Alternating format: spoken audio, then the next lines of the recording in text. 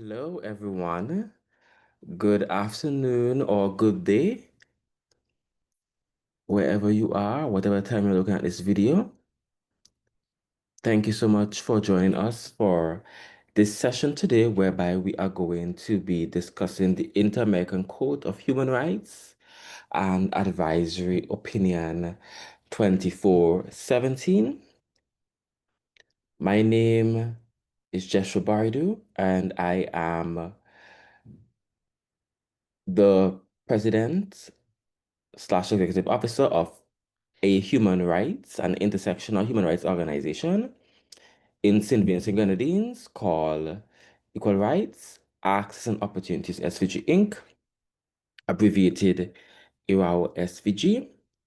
And we focus on four main thematic areas, which are women's rights, children's rights, LGBTQ plus rights, and disability rights.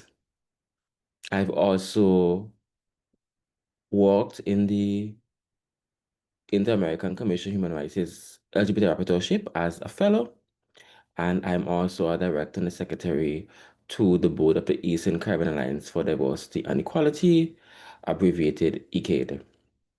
So today we are going to focus on human rights and in particular the Inter-American human rights system. We're going to focus specifically on an organ under it called the Inter-American Court of Human Rights.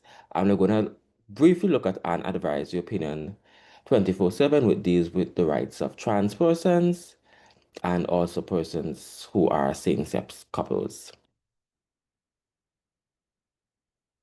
So before we get into the Inter-American Court on Human Rights, I just want to do a little background about the OAS and its functions and its organs. So for those of you who do not know, the OAS is an organization it stands for the Organization of American States, and it was founded in 1948, and currently its headquarters are in Washington, D.C., in the United States of America. And basically, under the OAS, states that are a part of the Americas, come together to address issues that are impacting these countries and seeing how they can cooperate and move forward despite the various issues. And the OAS has four main pillars that it surrounds its work around, and that is democracy. They believe in democracy. Human rights, they believe in human rights for everyone. Security in the region, whether it's in relation to state sovereignty or just creating a state of peace amongst the nations, and also development in its various forms and ways in the Americas. So that's the OS and some of the things that make up its pillars. Now, under the OAS, we have what we call an Inter-American System for the Protection of the Human Rights, which I usually just call the Inter-American Human Rights System. And basically, this system consists of a number of actors who work together to protect human rights within the Americas, which would cover countries in North America, South America, Central America, and the Caribbean. Importantly to note is that the OAS mainly deals with independent states. So, by chance you're a overseas territory, um, then you don't per se have your own individual state capacity because you're technically a part of another country because you're not independent. So there's about 34, 35 independent OAS member states that the Inter-American Human Rights System would cover. And basically, it's responsible for monitoring, promoting, and protecting human rights in the Americas. Human rights in North American countries, Canada and the US.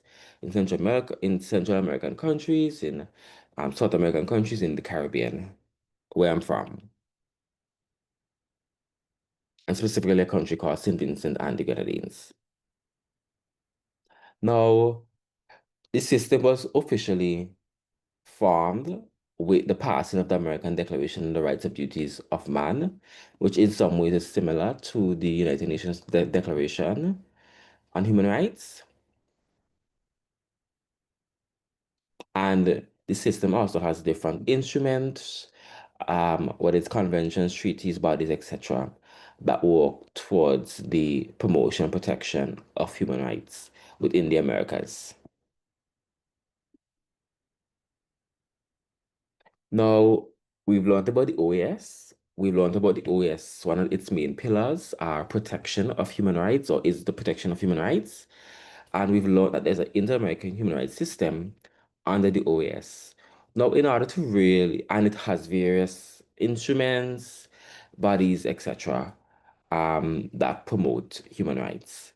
Now, in terms of the OAS human rights system, or the Inter-American Human Rights System, we have two main organs that protect human rights. We have the Inter-American Commission on Human Rights, which, as I said, is based in Washington, D.C., and in the USA, and we have the Inter-American Court of Human Rights, which is based in Costa Rica.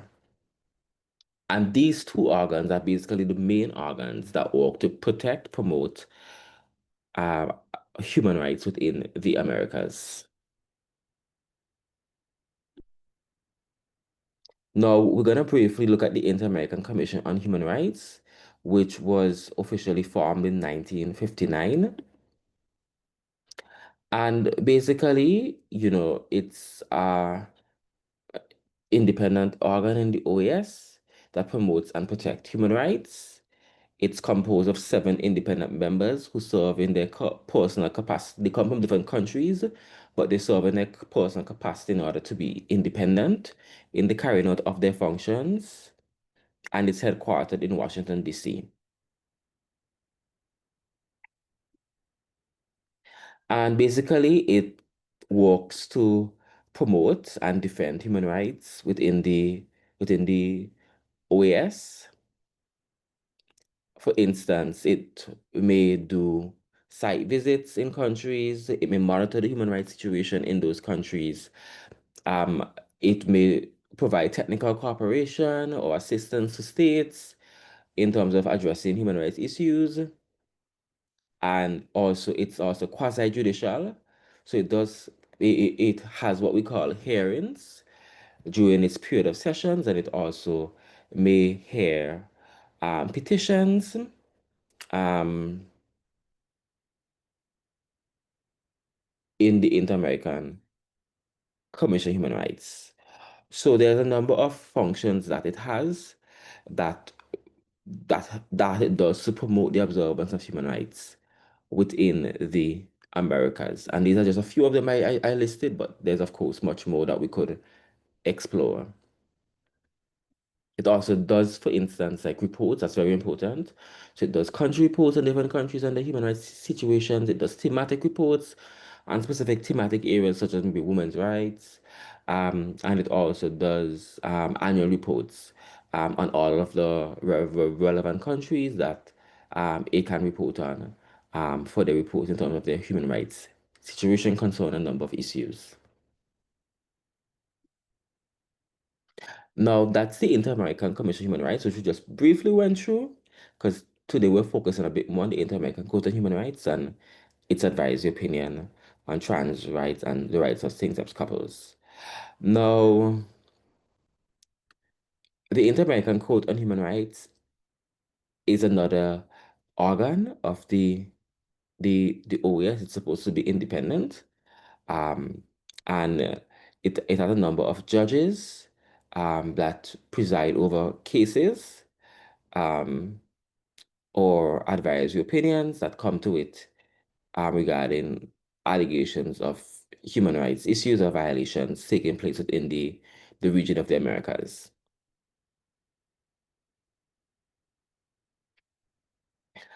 Now, it's a regional human rights court but it's not the only one across the world. Europe has the European Court of Human Rights. Africa has the African Court of Human and People's Rights. And in the Americas here under the OAS, we also have what we call the Inter-American Court of Human Rights. And basically, it has 7 judges who come from member states of the OAS, and they work to um, create judgments, hear cases, uh, publish advisory opinions concerning various human rights issues within the region. Now, in terms of the Inter-American Court of Human Rights, it has 3 main jurisdictions that it works under of all 3 functions. It's the contentious function, the advisory function, and also the provisional measures function. And basically, with the contentious function, it allows the court to determine whether or not a country, a OAS member country, violates various human rights under instruments such as the American Convention on Human Rights and other treaties and or conventions under the Inter-American Human Rights System. However, what's important about this is that usually when it comes to the contentious function of the court, a state party has to explicitly give the court jurisdiction to be able to hear cases or matters coming from that country whereby there are violations or persons or actors are alleging that there are violations of human rights within those countries. My country, for instance, in Vincent, we have not ratified the American Convention on Human Rights, and we also have not given the Inter-American Court of Human Rights contentious jurisdiction to deal with human rights violation issues where persons are alleging that the state is violating human rights. So the court has that ability to hear cases and pass sentences against states, um, saying maybe stop doing this, maybe do this, etc., regarding victims of human rights violations. We also have what we call the provisional measures function, and these are measures handed down in cases that are very serious, urgent, and when they may be necessary to avoid irreparable harm to people. So if by chance you're going through a human rights issue, maybe is involved, maybe the state um, killing or wanting to kill thousands of people because they're a woman, maybe the court, if they have jurisdiction, they might be able to um, hand down or deliver provisional measures to protect persons whose rights are being violated while a case is being heard.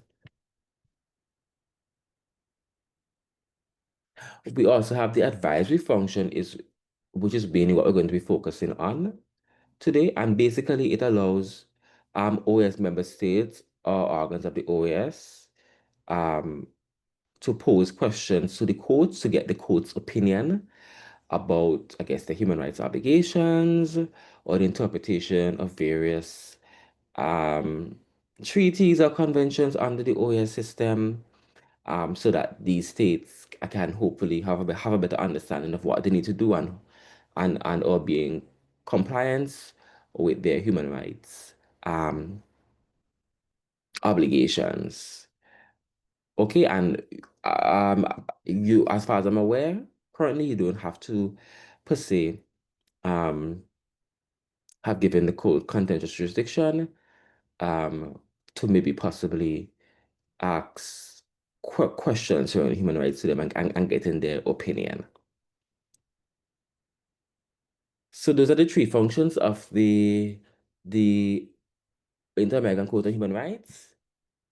There is the contentious function, there's the advisory function, and the provisional measures function, and those are the three main functions of the court. Of course, you can go into each of these in detail about what is the process and the procedure, in terms of if you want to file a case or bring an advisory opinion before the court, but we're not going into that detail today.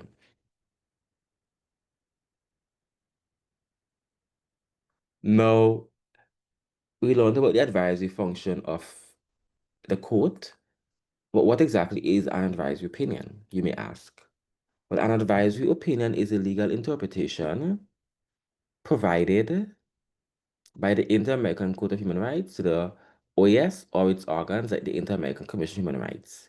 These opinions, while not binding, so it's not binding they're not binding per se, in the same way as judgments, carry significant legal moral weight, serving to clarify and develop international human rights law within the region. So as I said, if states or other relevant actors such as the Inter-American Commission have questions and they want the court to clarify this situation, then they can do so. For instance, recently there was an advice opinion published in regards to state obligations surrounding climate change, um, or human rights and climate change, so something along those lines. Um, and the court issued an advisory opinion surrounding that to clarify the situation or the position or surrounding that in the in the Americas regarding possibly state obligations or the human rights framework that currently exists. Now we're going to go into a specific advisory opinion today, and that is advisory opinion 2417, which mainly deals with the rights of trans persons, mainly regards to gender recognition, whether it's a name change or surgical procedures, and also the rights of same-sex couples. So we're going to briefly go through this and give you a quick summary or overview about what this is. And if you want more information about these advisory opinions, you can feel free to message um, URSVG or find my contact information.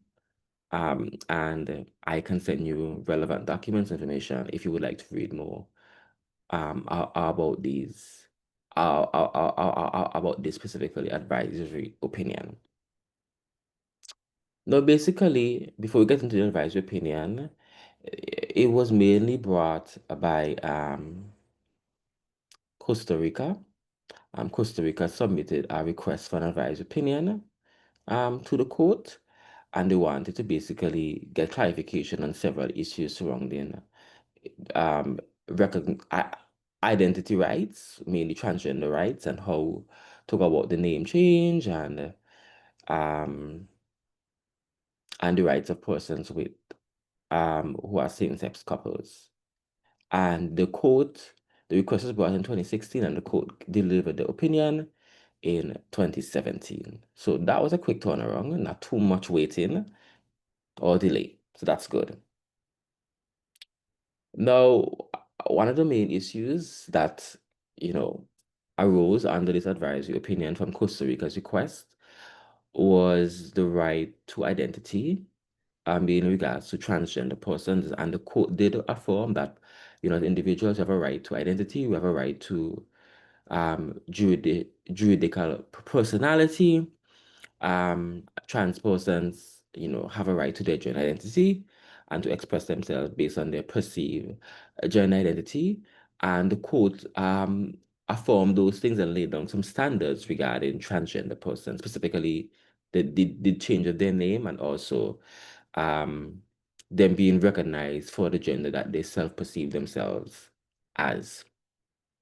And basically, the code said that transgender persons should be allowed to change their names in accordance with their, I guess, free will and their right to do so, and also change their genders or gender markers. And they said that basically um, these rights are protected under the Article 18, which is the right to name, Article 3, which is recognition of legal personality, Article 7, subrule 1, which is right to liberty, Article 11, subrule 2, which is right to privacy, etc., under the Inter-American Convention on Human Rights. And they're supposed to guarantee these rights to them without discrimination, and states are obliged to recognize, regulate, and establish procedures for such purposes when it comes to the name change, when it comes to um, um, the recognition of their gender identity, okay? In terms of the adaptation of their image, whether it's doing the surgeries, etc., or not. So, importantly, it said that states must ensure that persons interested in correcting the annotation of their gender and where appropriate mentions of sex in changing their name, adopting their image in the registers and or identity documents in accordance with their self-perceived gender identity can resort to a procedure or formality.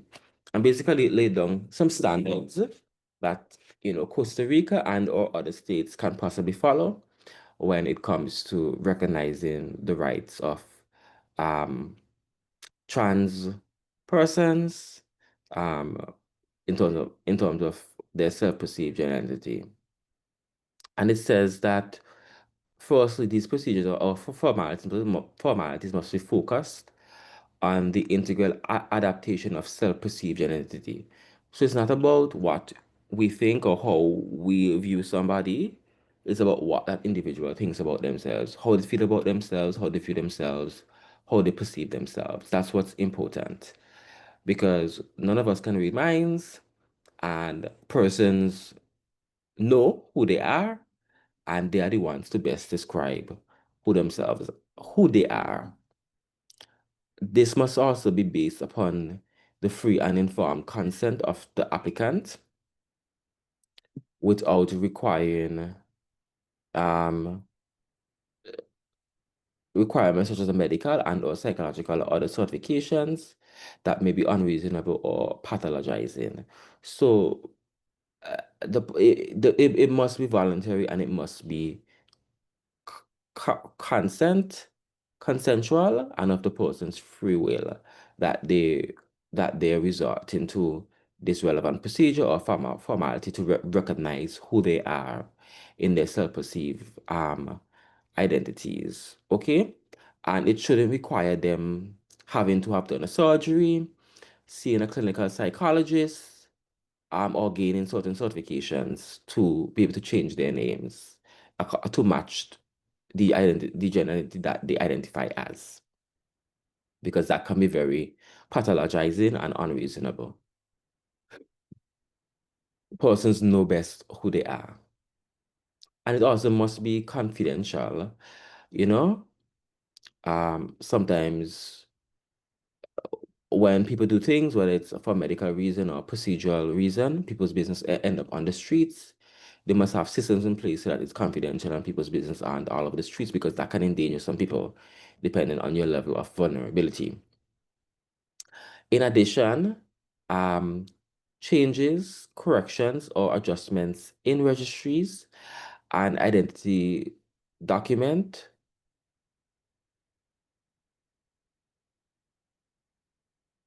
should reflect changes in accordance with their gender identity. Okay, I think maybe there's a typo there, so my apologies. So if by chance they change their name, if possible, they should be able to get that reflected in some of their other documents, maybe whether it's their passport, um, maybe their ID, driver's license, etc. That would state that this is who they are, whether they previously had M or male, if they now have changed it and identify as female, those documents should be changed in accordance to that person's self-perceived gender identity. It must also be expeditious and as far as possible be free or affordable for persons. Oftentimes, trans persons are in a vulnerable position and they may not possibly be rich or have a whole bunch of money to go through any long, expensive court procedure or procedure to change their name or have their gender markers changed. So, and it must be a quick process. It shouldn't be taking 6 and 7 years to have your gender marker changed, you know? So it should be affordable or free, and it should also be a quick process. And it must not require accreditation of surgical or hormonal operations. And they said that the procedure that best suits recognizing trans persons' self-perceived gender identity is an administrative or notarial procedure, not necessarily a procedure whereby you have to go to court and fight and present all this evidence and these documents to be recognized for who you are. Trans persons know who they are. They are the best persons to tell us who they are, who they identify as, in terms of gender identity, and it should not require medical documents or examinations.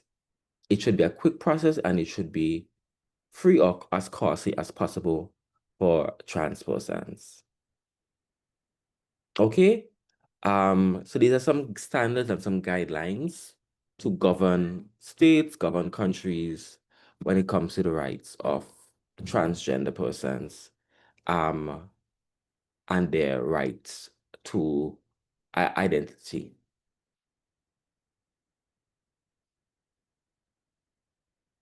Now, this advisory opinion is also very important because it lays down some standards surrounding same-sex couples.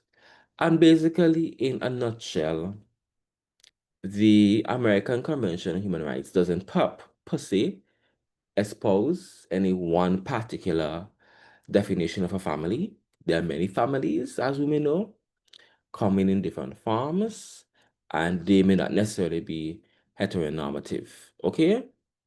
As in, they may not just be a man and a woman or a straight couple.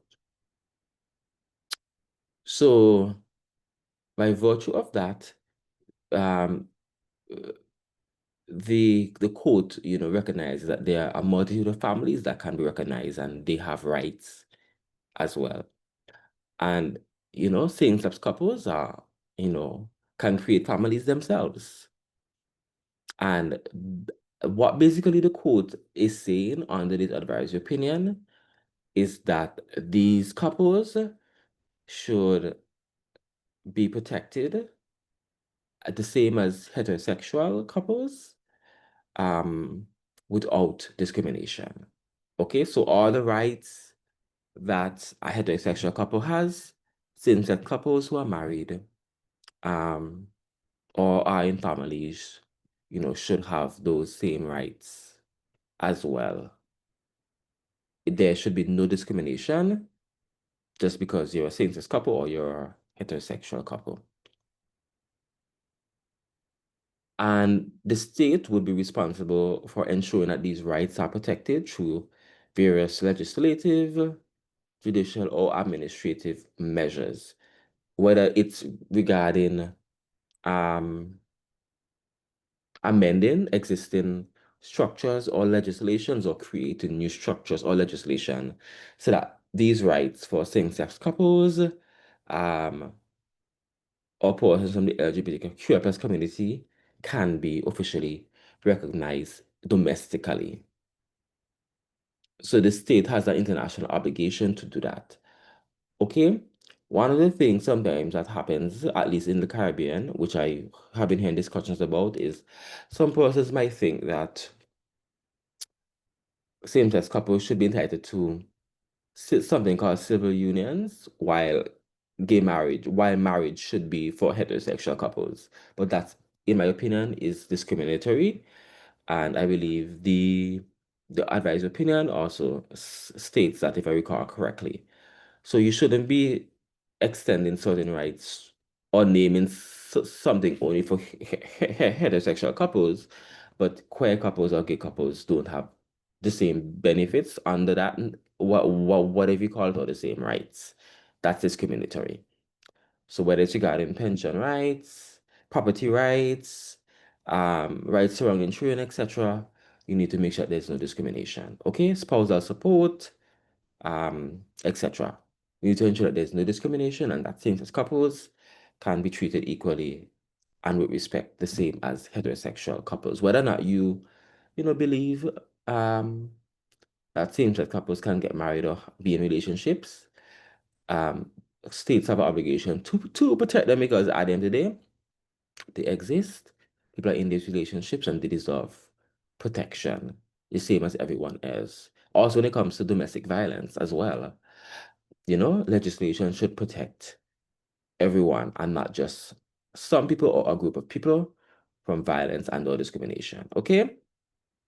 And those are the state obligations surrounding um, advisory opinion 2417.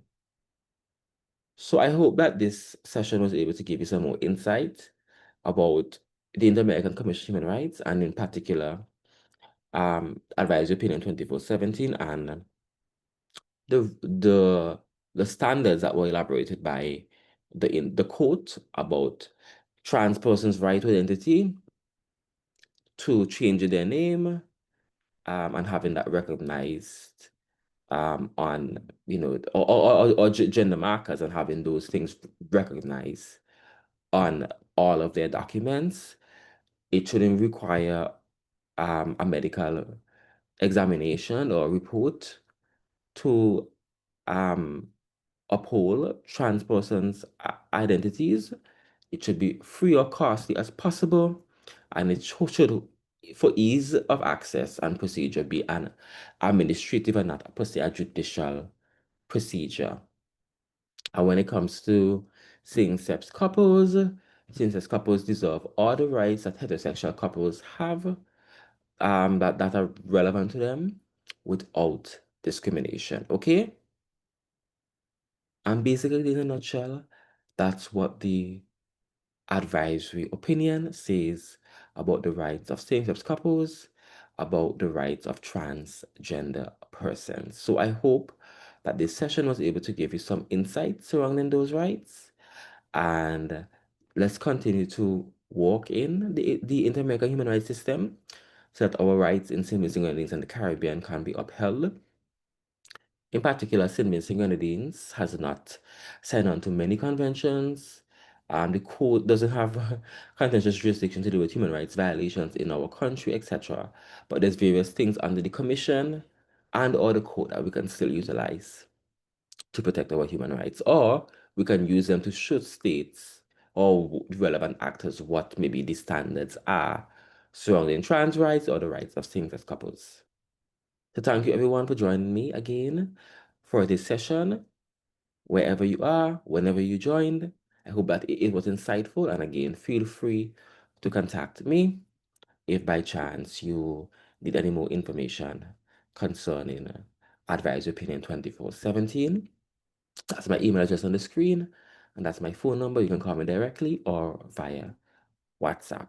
And ERSVG is on Facebook, True Equal Rights, Access and Opportunity SVG Inc. And we're also on Instagram at ERAOSVG. And this video should hopefully be uploaded to YouTube or be on YouTube if you're watching it on YouTube now already. For persons who want to learn a bit more about this human rights system, and in particular the Inter-American Code of Human Rights and Advisory Opinion 2417. Thank you everyone for joining me. I hope it was a good session. Have a great day and all the best. Bye.